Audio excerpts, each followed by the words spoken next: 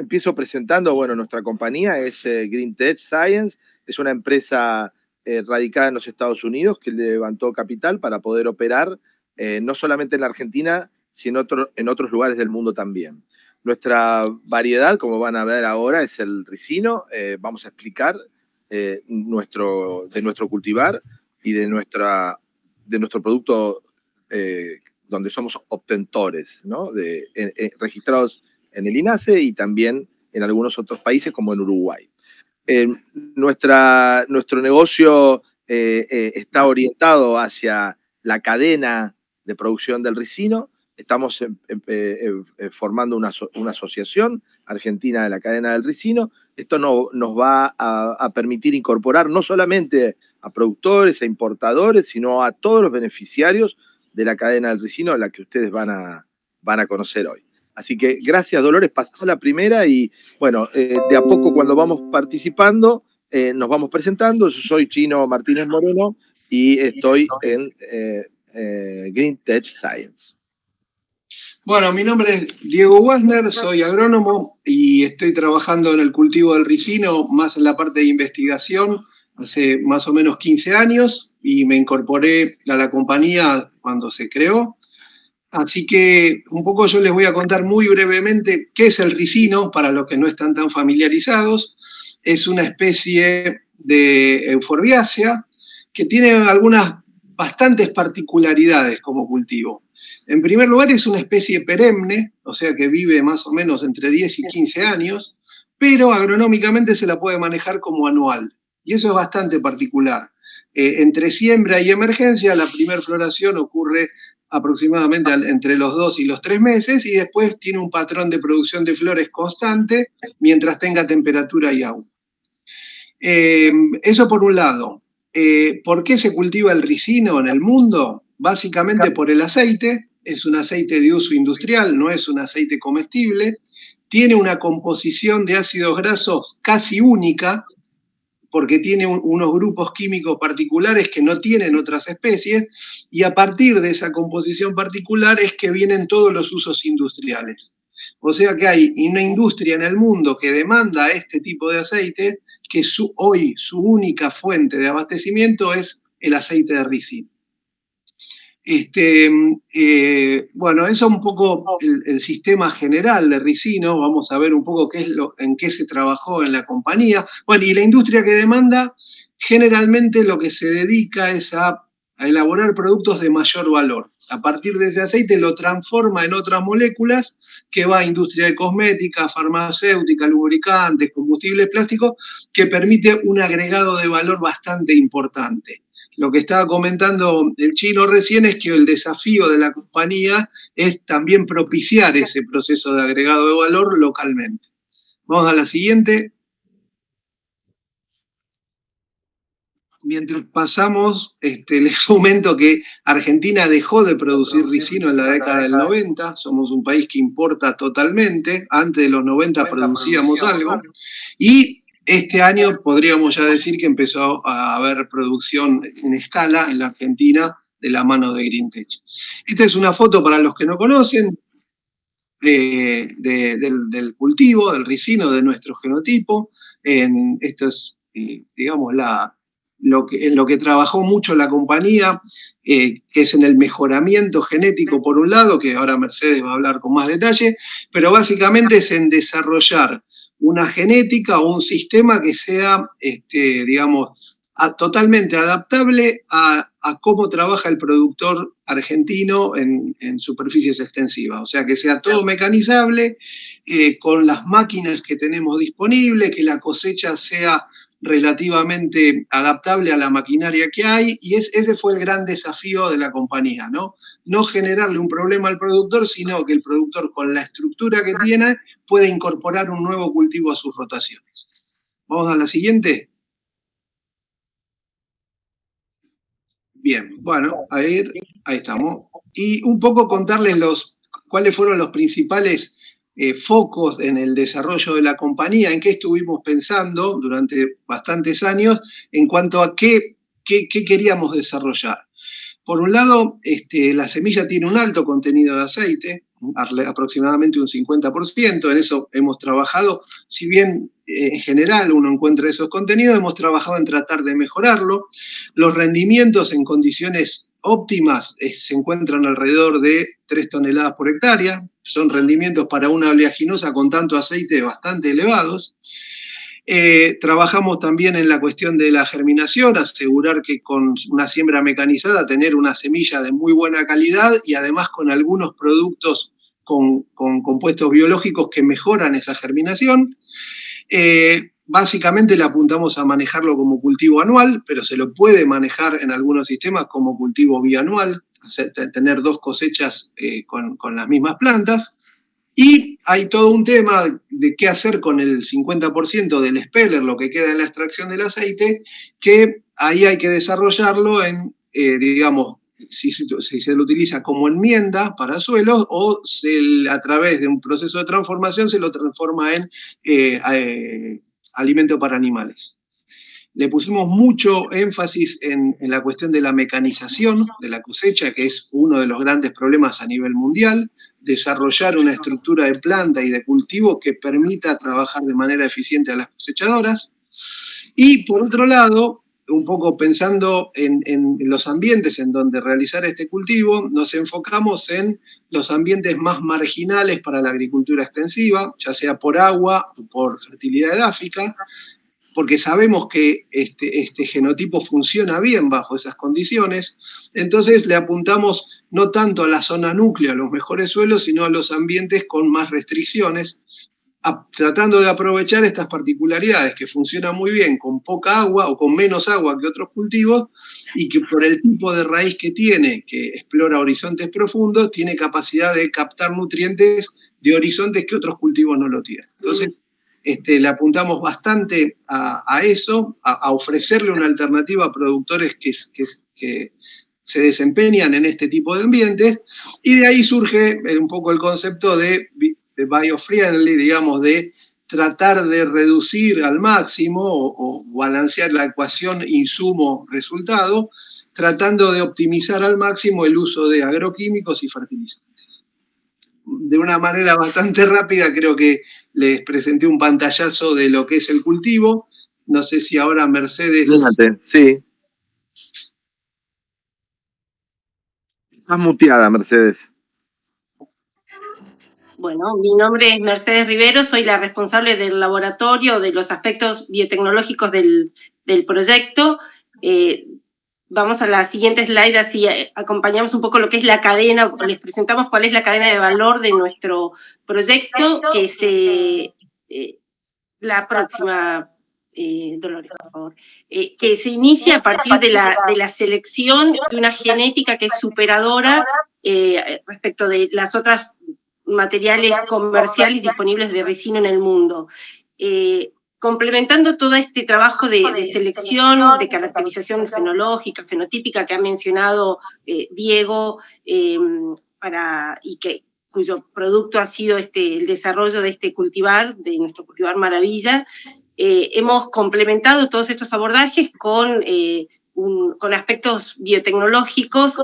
Por ejemplo, a la fecha contamos ya con el genoma, la secuencia completa del genoma de nuestra variedad, y nuestro objetivo es seguir avanzando en el mejoramiento de este material. Estamos trabajando en el laboratorio en la estabilización, por ejemplo, de nuevas diferentes variedades que van a tener la capacidad de adaptarse a condiciones restrictivas particulares de cultivo, y en esto de disponer de estrategias o de abordajes biotecnológicos, tenemos objetivos de máxima que tienen que ver, por ejemplo, con la identificación de aquellos genes blancos sobre los que podemos trabajar en prácticas de edición génica o de transgénesis, siempre en busca de obtener los mejores genotipos.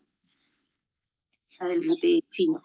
Bien, yendo a los aspectos de nuestra misión como compañía, nosotros vamos a hacer foco en todos estos temas biotecnológicos que encaramos desde un principio en la empresa, y hoy tendiendo igualmente los recursos para poder multiplicar semilla, multiplicar grano o extrusar o prensar el aceite y separarlo del expeller. Nosotros podríamos hacerlo, pero nuestra idea es en un futuro muy cercano que esto lo realicen los grandes actores de nuestro país. En el caso de Argentina y en el mundo existen expertos internacionales en estos aspectos, y a nosotros nos gustaría quedarnos en lo que fue el sentido de nuestra empresa inicialmente, que es la biotecnología. Y después tomamos el producto al final, donde estamos haciendo también, y de ahí me gustaría que Lino avance un poco, de todos estos productos de agregados de valor que surgen desde la utilización del expeller, como decía Diego antes, hasta como productos insecticidas y repelentes, obviamente llegando hasta la proteína vegetal para alimento animal. Pero esto puede dar un pantallazo de la importancia de todos estos grandes desafíos futuros que tiene el ricino, especialmente en el área de plásticos, sustitución de derivados del petróleo, ¿no? y combustible para aviación. Bueno, buenos días. Bueno, soy Lino Balañao y después de algunos años de funcionario público he vuelto a las bases mis bases, digo, como químico biólogo. Y como dice el Chino, mi función es encontrar nuevas cadenas de valor que partan ya sea del aceite de ricino como de los distintos subproductos. Como dijo Diego al principio, el aceite de ricino es único desde el punto de vista químico, por tener un oxidilo que permite polimerizar, ¿no? Puede ser bioplásticos, y esta es una de las mayores aplicaciones que tiene hoy. Pero además se puede... escuchar un rato. Uy, ahora que le puse la cámara. Bueno. Digo, se puede cortar y dar otros subproductos como el ácido sebácico y demás que tienen aplicaciones industriales. Yo no conozco desde el punto de vista químico algo que sirva desde hacer crecer las pestañas a ser combustible de avión, pasando por todos los derivados para la industria alimenticia, farmacéutica y demás. O sea que el aceite de ricino de por sí es casi imposible de abarcar en todas sus aplicaciones, y por eso la inteligencia está en poner foco en aquellas que sean factibles acá en Argentina. Pero además del aceite, que es el producto principal, la torta proteica es muy interesante por su composición. Tiene alto contenido de fósforo, de potasio y obviamente de proteína. Ya se comercializa en algunos países como enmienda, aportando estos nutrientes al suelo, y tiene propiedades adicionales porque algunos de sus compuestos, un alcaloide en particular, que es la ricinina, tiene efecto de nematicidas, elimina nematodes, lo cual en algunas condiciones del país sería un producto altamente atractivo. La alimentación animal también es una posibilidad. Estamos viendo los números en cuanto a rentabilidad, logística y demás para cada una de esas aplicaciones. Y también, como mencionaba el Chino, al ser originalmente una maleza, tiene mecanismos de defensa naturales ante insectos, plagas y demás. Por eso, por un lado, la posibilidad de usar menos agroquímicos, pero por otro lado, de extraer compuestos que sirvan como fitosanitarios de origen biológico. Eso es algo que estamos explorando en distintas aplicaciones, pero en vista de la demanda que hay de uso de este tipo de insumos, o sea, una movida muy importante de pasar de la química como fuente de agroquímicos, de insumos a la biología, vemos que hay perspectivas muy interesantes en este sentido. Así que básicamente eso es lo que estamos trabajando. ¿Chino? Pasá, Dolores, por favor, la...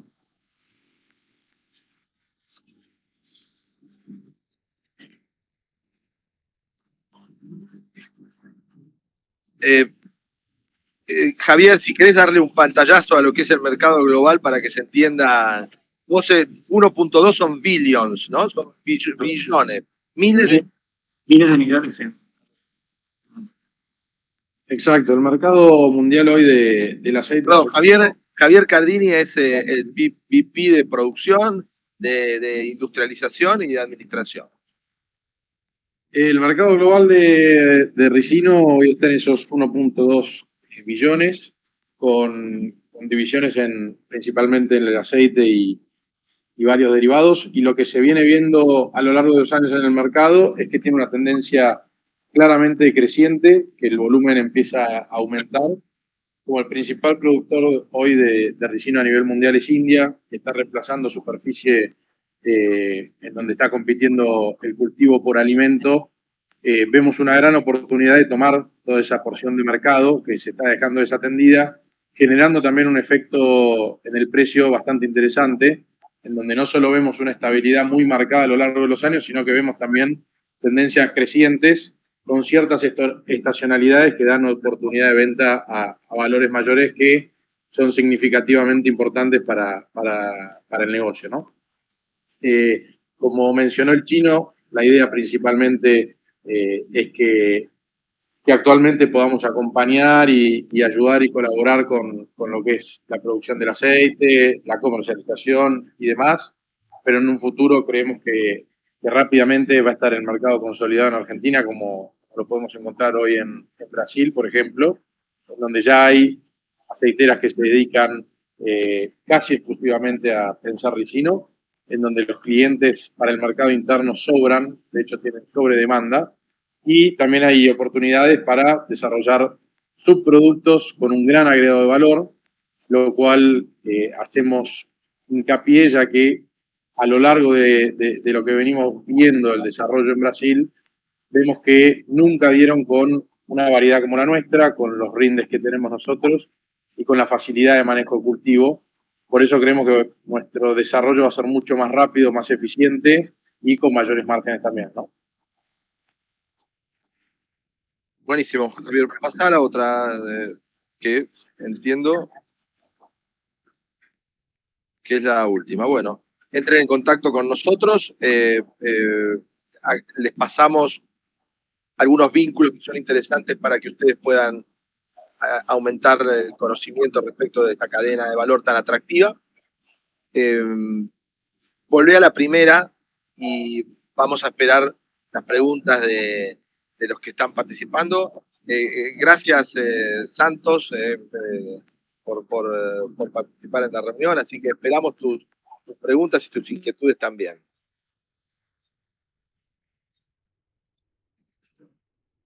Roberto.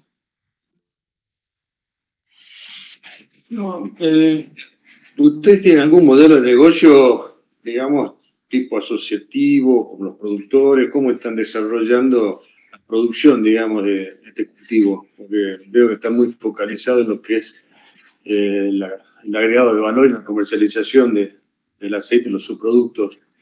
No hablaron mucho de la producción en sí de ricino.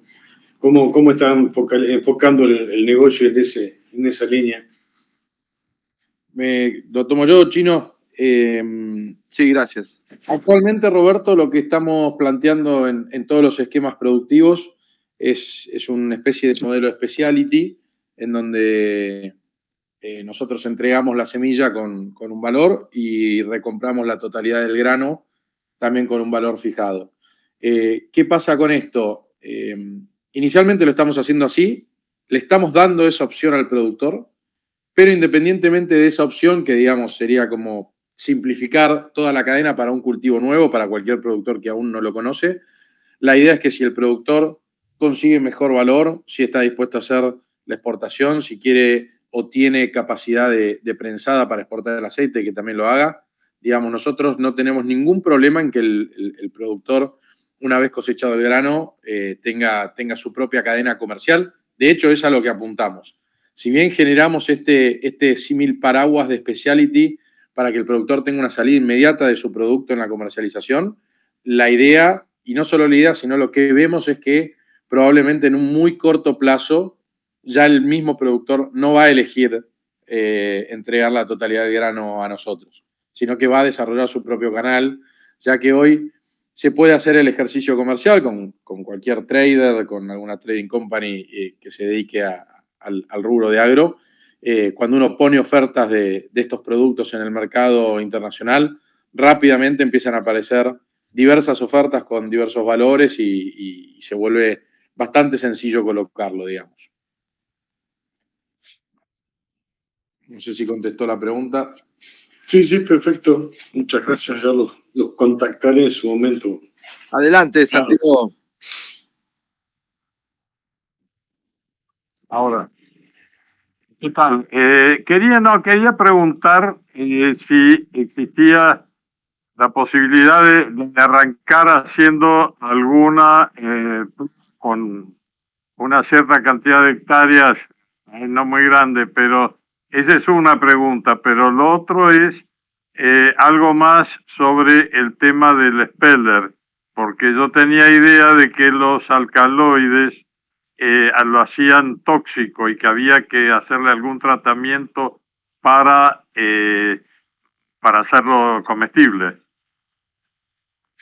Javier, contale a Santiago respecto de lo que ya estamos haciendo con grandes productores y darle la posibilidad, obviamente, de que avance. Y Lino, hablamos muchas veces del tema de estos peligros que no existen dentro del ricino. Así que adelante. Dale.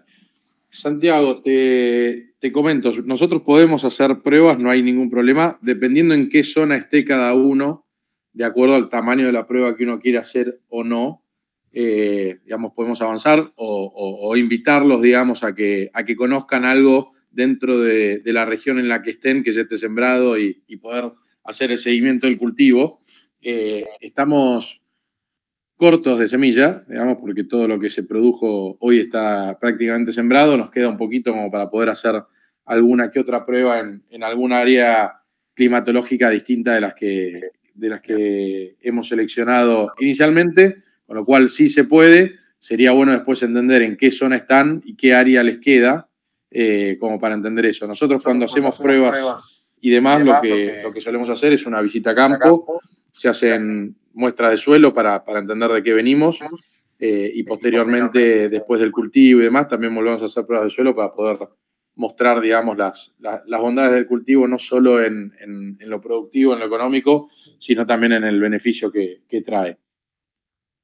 Así que después, si querés, nos contactás y vemos en qué zona estás y demás, y vemos si llegamos a sembrar para una prueba. Perdón, Santiago, ¿en qué área estás? Corrientes, Atadas Corrientes. En Corrientes. Bueno, Sí. tenemos una producción importante en Corrientes. Ahí tenemos en Corrientes sembradas actualmente 1.500 hectáreas. ¿En qué parte? Cerca de Montecaseros. Ah, bueno. Y esto es digamos, más cerca del Paraná. No está tan lejos. ¿Cómo yo no te escuché bien, Santiago? Perdón. Sí. Sobre la orilla del Paraná, no a la orilla misma, pero cerca del Paraná, el otro costado. No es el Paraná. No. Pero no está lejos. De vista del clima, el suelo es probable que sea. Santiago, entonces, terminamos para que lo vea, ya estamos en emergencia ahí, así que ya se puede ver el cultivo. Sí, respecto a la toxicidad, Santiago, dos tipos de compuestos que tiene la semilla. Uno es una proteína, que es la ricina, que esa es sí un tóxico, pero para ser letal o tóxica tiene que ser purificada y hay que inyectarla o inhalarla. Lo que pasa es que le he creado una forma de arma biológica, pero obviamente eso es totalmente improbable que ocurra que deba purificar eso. Y no hay ningún caso de efecto letal, ni mucho menos con la semilla, con la manipulación de los distintos productos. Básicamente porque al prensar el grano se calienta y esta proteína se inactiva a 60 y 70 grados. O sea que ese componente no presenta complicaciones. Luego sí hay alcaloides como la ricinina, que son compuestos más pequeños, más estables, que no tienen efecto tóxico. Se han probado algunos efectos en animales que estimulan la actividad, pero no, como otros alcaloides, como la cisteína, por ejemplo, son ese mismo tipo de compuestos que usan las plantas para defenderse de los insectos. Y justamente ahí donde vemos una posibilidad, porque estos compuestos pueden actuar ya sea como repelentes de insectos, que es un mercado interesante, no hay muchos compuestos que cumplen esa función, o como nematicidas, como comentaba al principio, ya que hay ya resultados experimentales comprobados de este tipo de actividad. O sea que esto, lejos de vernos como una complicación, creemos que agrega posibilidades a este cultivo. Buenísimo, esto es noticia. Bueno, gracias Santiago, esperamos que nos puedas visitar ahí en Corrientes y que hagamos la experiencia contigo también. ¿Alguna pregunta más? ¿Alguien que quiera conocer más sobre la cadena?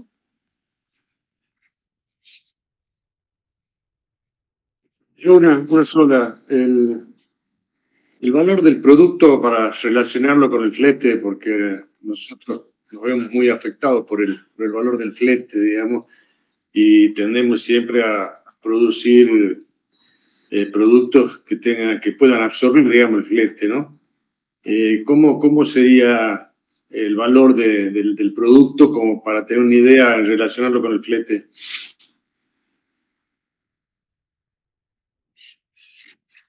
Roberto, en ese caso, a ver, después lo podemos ver en detalle, pero para tener una idea, el promedio del precio del aceite está en los $2.000 por tonelada. El contenido de aceite de la semilla es aproximadamente el 50%, por lo que cada 2 toneladas de grano uno obtiene 1 tonelada de aceite. Y dependiendo de las zonas productivas que se vayan desarrollando, nosotros lo que estamos haciendo es desarrollando proveedores de prensado de cercanía. De modo tal que no tengas que enviar el grano desde Salta hasta un puerto y tener que estar con una incidencia de flete alta o significativa para lo que es tu ecuación económica, sino que la idea es justamente desarrollar puntos intermedios en la cadena que puedan tomar el grano del productor en la cercanía de esos campos y después, digamos, va a tener una mayor incidencia en el flete el que va a exportar el aceite, digamos, pero dentro de ese negocio no tiene un impacto tan significativo como puede ser para cualquier grano que estamos moviendo en el país, ¿no? Bueno, muchas gracias. Jorge. Sí, Chino, ¿qué tal? ¿Me escuchan bien? Sí, perfecto.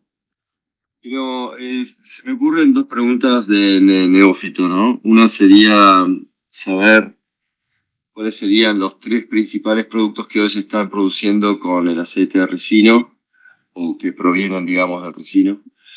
Y la segunda sería, ¿cuántas hectáreas serían un cultivo que ya genere un rédito suficiente para justificar su implantación? Bien, empecemos por la segunda y Bueno, la tercera. ¿cómo no? En el caso de la unidad económica sería, Javier, más o menos hoy, estamos trabajando sobre pruebas, pero nuestra producción, como le decía Javier antes, en Corrientes es de 1.500 hectáreas. Pero, ¿cuál sería la mínima en función de la producción, la unidad económica? No, a ver, va un poco atado, digamos, a la disponibilidad o a las características del productor de cada zona. Digamos, no es lo mismo contar con maquinaria propia que hacer ir un contratista a sembrar 100 hectáreas, digamos.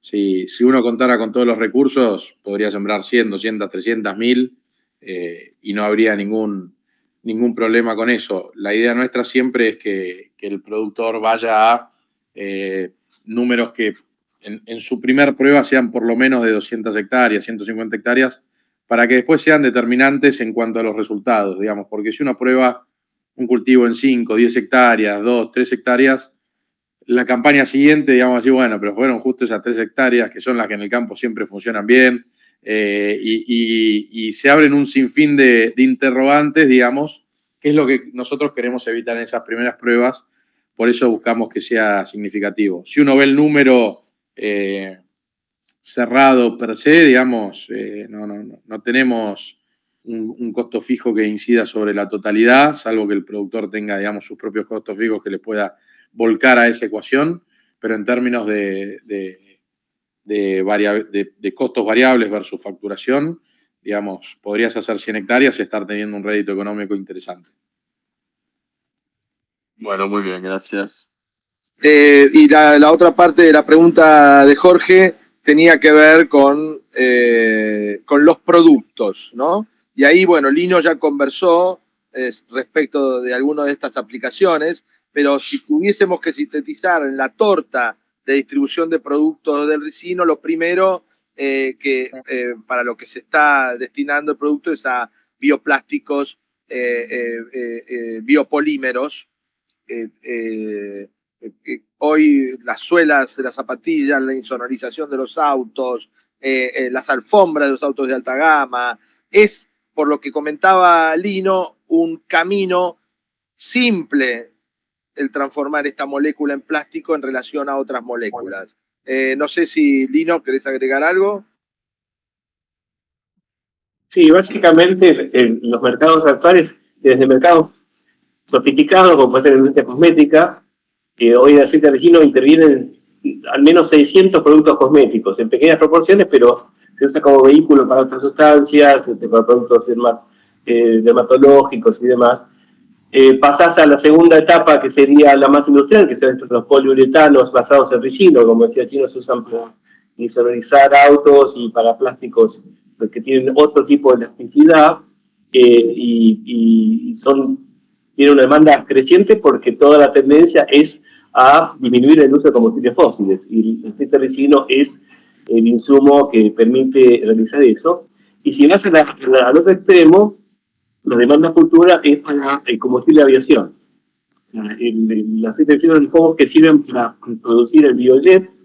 De hecho, hace poco tomamos contacto con una empresa europea que está interesada en estos nuevos aceites vegetales, y en la zona de Brasil y Argentina hay dos cultivos que ellos ven como provisorios. Uno es el ricino, que ya está instalado como cultivo, que ha sido probado, ya se han volado aviones con biojet de ricino. Y en segunda instancia, una palmera que es la microcomia, de la cual el especialista es Diego Wagner, que está en una etapa más primaria de desarrollo. Como dato, si hay que reemplazar todo el biojet que se va a consumir en el año 2050, se necesitan 400 millones de toneladas de aceite. O sea que es imposible saturar ese mercado, y claramente el ricino podría ser uno de los insumos importantes, siempre y cuando se pueda producir en zonas que no compitan con el alimento. Ese es el requisito para esos nuevos aceites, y justamente esa es la ventaja del ricino, que puede cultivarse desde regiones marginales. Estamos haciendo ahora una asociación para darle resistencia a la salinidad, hasta las zonas periurbanas, donde no es posible hacer otro tipo de cultivos que requieren algún modo de fumigación. O sea que desde ese punto de vista se ve al ricino como un cultivo ideal, porque cumple estas condiciones de uso, y por otro lado, desde el punto de vista ambiental, desde los cultivos que satisfacen estas condiciones que impone la Unión Europea. Entiendo. Hay un enorme mercado en fases de tratamiento de superficies, pinturas, etcétera. Es un mercado también abastecido por el ricino. Y después tenemos todo el desarrollo de lo que te decía antes, de plásticos y bioplásticos como un camino sumamente atractivo en el proceso que hay en el mundo de la sustitución de los derivados del petróleo, como bien decía. En el caso del Speller y la capacidad que tiene el ricino insecticida, estamos trabajando sobre un insecticida orgánico. Ya hay productos en el mundo, por ejemplo, para atender a las hormigas. Así que ahí tenemos otro camino enorme, mercados gigantescos que surgen del 50% de lo que nosotros producimos, que es el Speller, porque el 50% es aceite y el otro 50% es esta torta de harina que tiene enorme cantidad de aplicaciones. Entiendo, se entendió. Muchas gracias, Lino y Chino. Les agradecemos la participación. Gracias a CREA por darnos la posibilidad de difundir en su red